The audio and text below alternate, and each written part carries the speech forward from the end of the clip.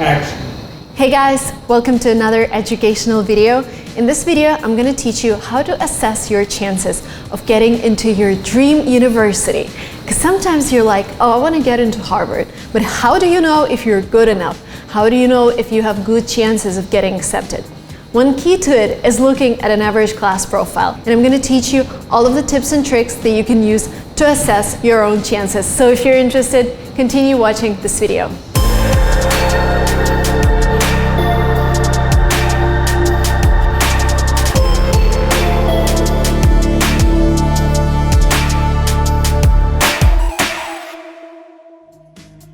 But basically what you want to do is go to your university's page, go to the admissions page, and sometimes they would even publish the class profile. A lot of MBA programs do that. If your program does not publish the average class profile, and I know that a lot of bachelors don't do it, a lot of masters, you can basically reach out to the admissions committee and tell them, hey, my name is Marina, I'm an international student applying to your program.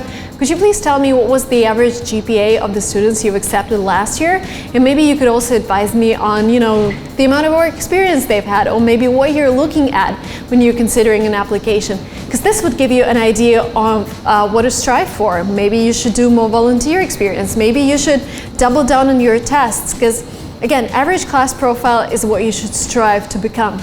And if you're at least 10% better, the good chances are you're getting some financial aid. If you're 10% worse on each category, like your GPA is 10% worse, your work experience is 10% less, then maybe it makes sense to postpone your application for a couple more months and dive deeper into tests, or maybe even apply next year, or maybe lower the plank of your universities and look for some lower ranking ones but that have more chances of you getting accepted. Let's take a look. Average class profile. Let's do Harvard. So what we have here is 9,000 applicants, 900 got accepted, less than 10%, 69 countries represented, perfect, 11 international students, 41% women, 37% international, nice. But what interests me a lot is first GPA. Is my GPA high enough?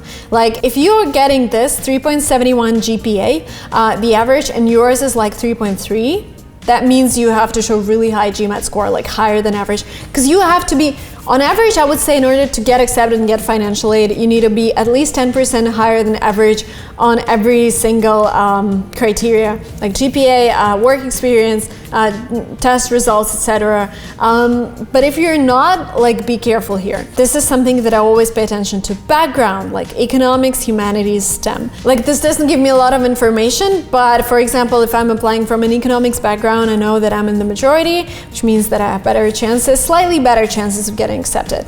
Average age 27. Sounds good if you're 29, if you're 25, that's all good. If you're like 45, you might be a little like, because again, universities are looking for diverse classes, but they also want everyone to get well on together. So they would be looking at people from different backgrounds, but also like different ages, but not like way too far. So maybe if you're 45, I would recommend looking at executive MBA programs, because MBA programs are always like so much fun, like parties and stuff. I don't know if you're interested in that at the age of 45, but maybe if you are, again, no worries here. GMAT and GRE, because they accept both, they're gonna give you like median. Okay, so the median is 730. If your GMAT is 690, well, for Harvard, I wouldn't really apply. Maybe try, but the chances are low. Again, ideally, your GMAT is like 740.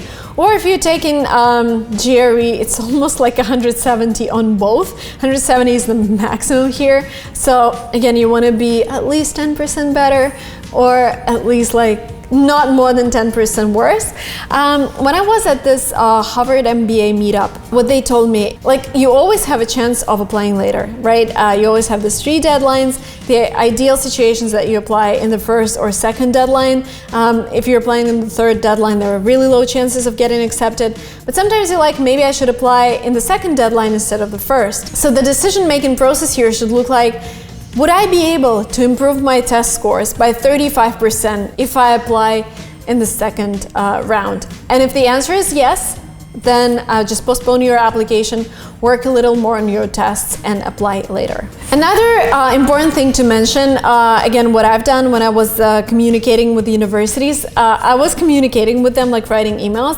Really important to show that you're interested, and I was attending all of the seminars and webinars that they conducted for international or like any applicants. There would be like 20 people on those webinars, especially if it's a smaller university. But they're gonna remember you. They're gonna remember you as an active student. For top-ranking universities, they would want you to come on campus, maybe to take a tour. This is like an ideal thing, and they always ask for it. Like if you look at an application, you would always see a question like, have you attended any of our open days? Have you attended any meetings? Have you met with our admissions committee? Because they want to see how interested you are. How much you're willing to commit to this application. Are you willing to travel for it? Are you willing to go to another city for that? Because sometimes they have like travel admissions committees, and you can just meet them in different places of the world. So if you don't have the chance to travel, at least go to all of their seminars, webinars and stuff, and use your real name while registering, because again, this is the way for them to remember you, and this really works. Thank you guys so much for watching this video up to the very end. My goal with this video is that you finish watching it with a full picture in your brain, like what are your chances of getting accepted, where you stand regarding to the students who got accepted last year. And I hope you enjoyed watching it. I hope it was useful. Please don't forget to like this video if you enjoyed it. If you're not yet subscribed to this channel, there's a red button below. Click it, and I'll see you soon in the next videos. Bye!